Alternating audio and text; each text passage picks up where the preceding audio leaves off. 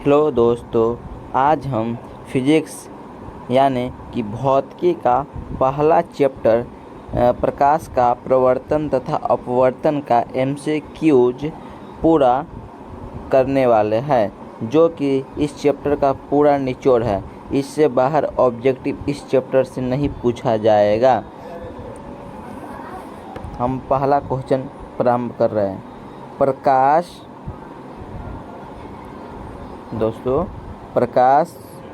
विद्युत चुंबकीय dot dot है। मतलब क्या पूछ रहा है? प्रकाश विद्युत चुंबकीय डॉट डॉट है, तो इसमें हो जाएगा तरंग हो जाएगा। उसका देखिए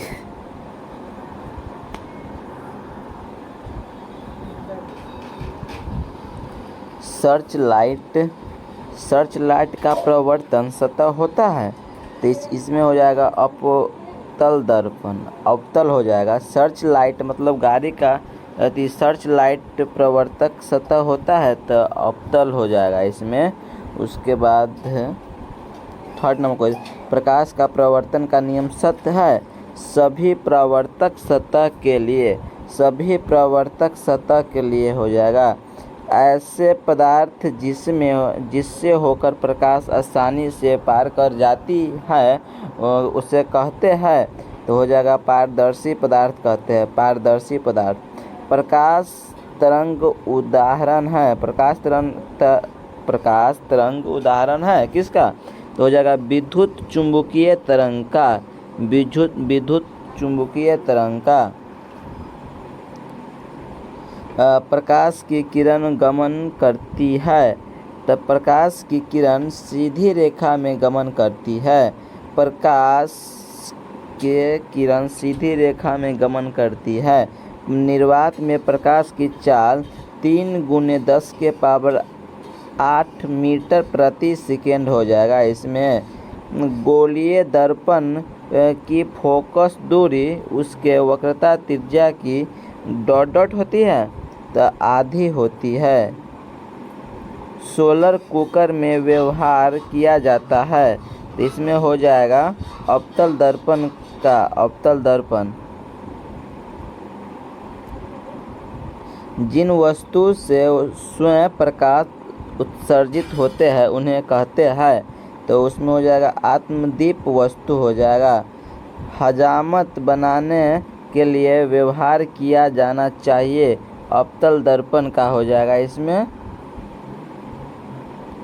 मोटर चालक के सामने दर्पण साइड मिरर लगा होता है, इसमें हो जाएगा उत्तल दर्पण। आपतित किरण तथा अभिलंब के बीच के कोण को आपतन कोण कहते हैं। परावर्तन के नियम से आपतन कोण I, परावर्तन कोण R होता है।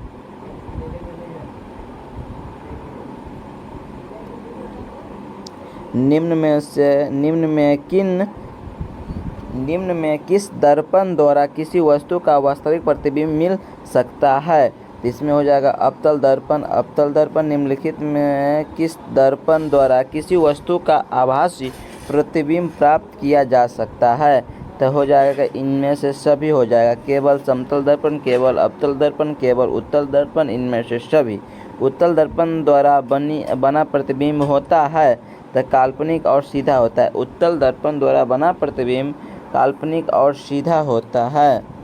हो जाएगा R बराबर डॉट डॉट गुणे F होता है, तो हो जाएगा इसमें 2 गुणे F होता है। R बराबर 2 गुणे F होता है। M अर्थ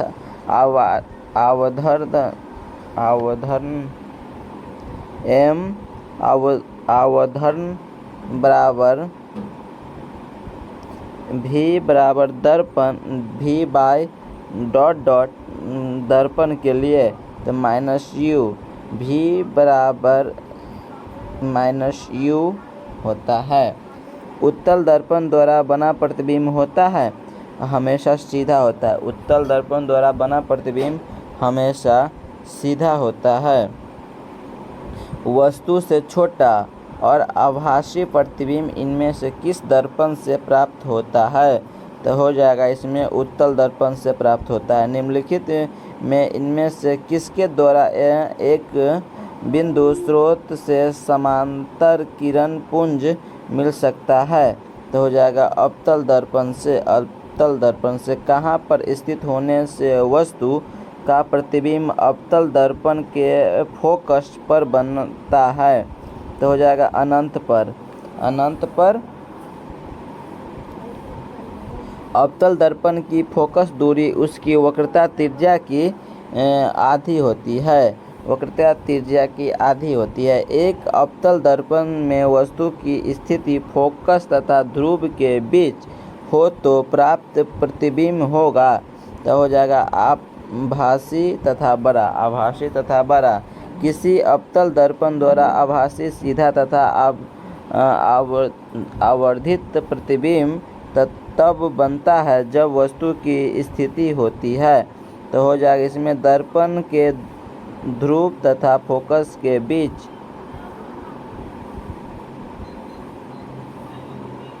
एक प्रकाश किरण एक समतल दर्पण पर लंबवत आपतित होती है। परावर्तक कोण का मान होगा? तो हो जाएगा -0 डिग्री हो जाएगा।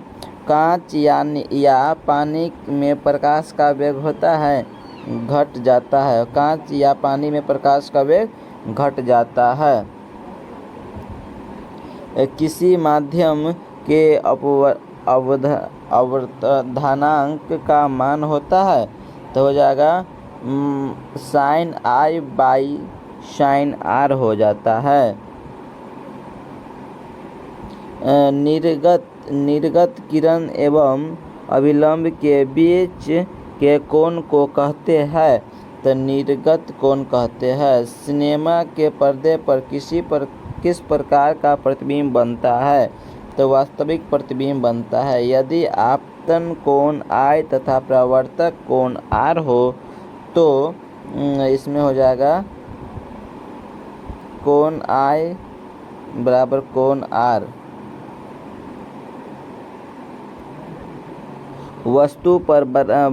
वस्तु पर बड़ा आभासी प्रतिबिंब किस दर्पण से प्राप्त होता है? तो हो जाएगा अवतल दर्पण से। एक दर्पण से किसी भी दूरी पर रखी एक वस्तु का सीधा प्रतिबिंब ही प्राप्त होता है। दर्पण हो सकता है? तो हो जाएगा समतल तथा उत्तल। एक गोलीय दर्पण की फोकस दूरी 12.5 सेंटीमीटर है। उसकी वक्रता त्रिज्या होगी तो हो जाएगा 25 सेंटीमीटर। कहाँ पर स्थित होने से वस्तु का वास्तविक प्रतिबिंब अवतल दर्पण के वक्रता केंद्र पर बनता है? तो वक्रता केंद्र पर। गोलीय दर्पण के ध्रुव से वक्रता केंद्र की दूरी को कहते हैं वक्रता त्रिज्या कहते हैं। किसी समतल दर्पण की फोकस दूरी को मान होता है? तो अनंत होता है।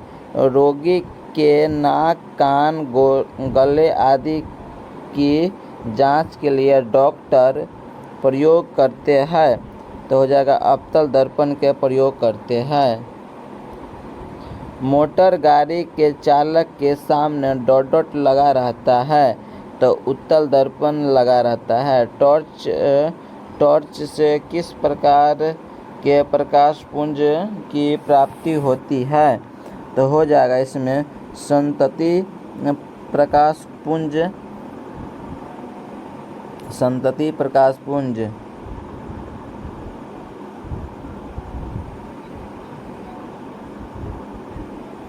किसी फोकस की दूरी लेंस की क्षमता P होती है तो हो जाएगा 1/f। हाई ऑप्टर उस लेंस की क्षमता होती है उसका फोकस दूरी है 1 मीटर। किसी लेंस के बाहर की ओर उभरे दो गोलीय पृष्ठ हो तो इसे कहते हैं? तो हो जाएगा उत्तल लेंस कहते हैं। लेंस की क्षमता का SI मात्रक है तो हो जाएगा डायोप्टर। उत्तल लेंस की क्षमता डॉट डॉट होती है तो धनात्मक होती है। निम्नलिखित में से कौन सा पदार्थ लेंस के लिए उपयुक्त नहीं किया जा सकता है? तो मिट्टी हो जाएगा। एक लेंस की क्षमता -5 डायोप्टर है। इसकी फोकस दूरी होगी -20 सेंटीमीटर। यदि किसी दर्पण द्वारा बने प्रतिबिंब का आकार हमेशा वस्तु के आकार के बराबर हो तो दर्पण होगा समतल। अवतल दर्पण से बनने वाला वास्तविक प्रतिबिंब तब बड़े आकार का होता है जब वस्तु दर्पण के वक्रता केंद्र तथा फोकस के बीच होती है। वास्तविक वस्तु का आभासी प्रतिबिंब बन सकता है समतल दर्पण। एक गोलीय दर्पण का वक्रता त्रिज्या 24 सेंटीमीटर है। इस दर्पण की फोकस दूरी क्या है? तो हो जाएगा इसमें -12 सेंटीमीटर हो जाएगा। -12 सेंटीमीटर। 15 सेमी फोकस दूरी के अवतल दर्पण से 60 सेंटीमीटर पर रखी गई एक वस्तु के प्रतिबिंब की दूरी क्या होगी? तो हो जाएगा 20 सेंटीमीटर हो जाएगा। अब आवर्धन m का ऋणात्मक मान बताता है कि वस्तु के सापेक्ष प्रतिबिंब उल्टा है। इनमें से कौन सा असत्य है? तो हो जाएगा F = 2r। प्रतिबिंब की ऊंचाई तथा वस्तु की ऊंचाई के अनुपात को डॉट डॉट कहते हैं। तो हो जाएगा आवर्धन कहते हैं।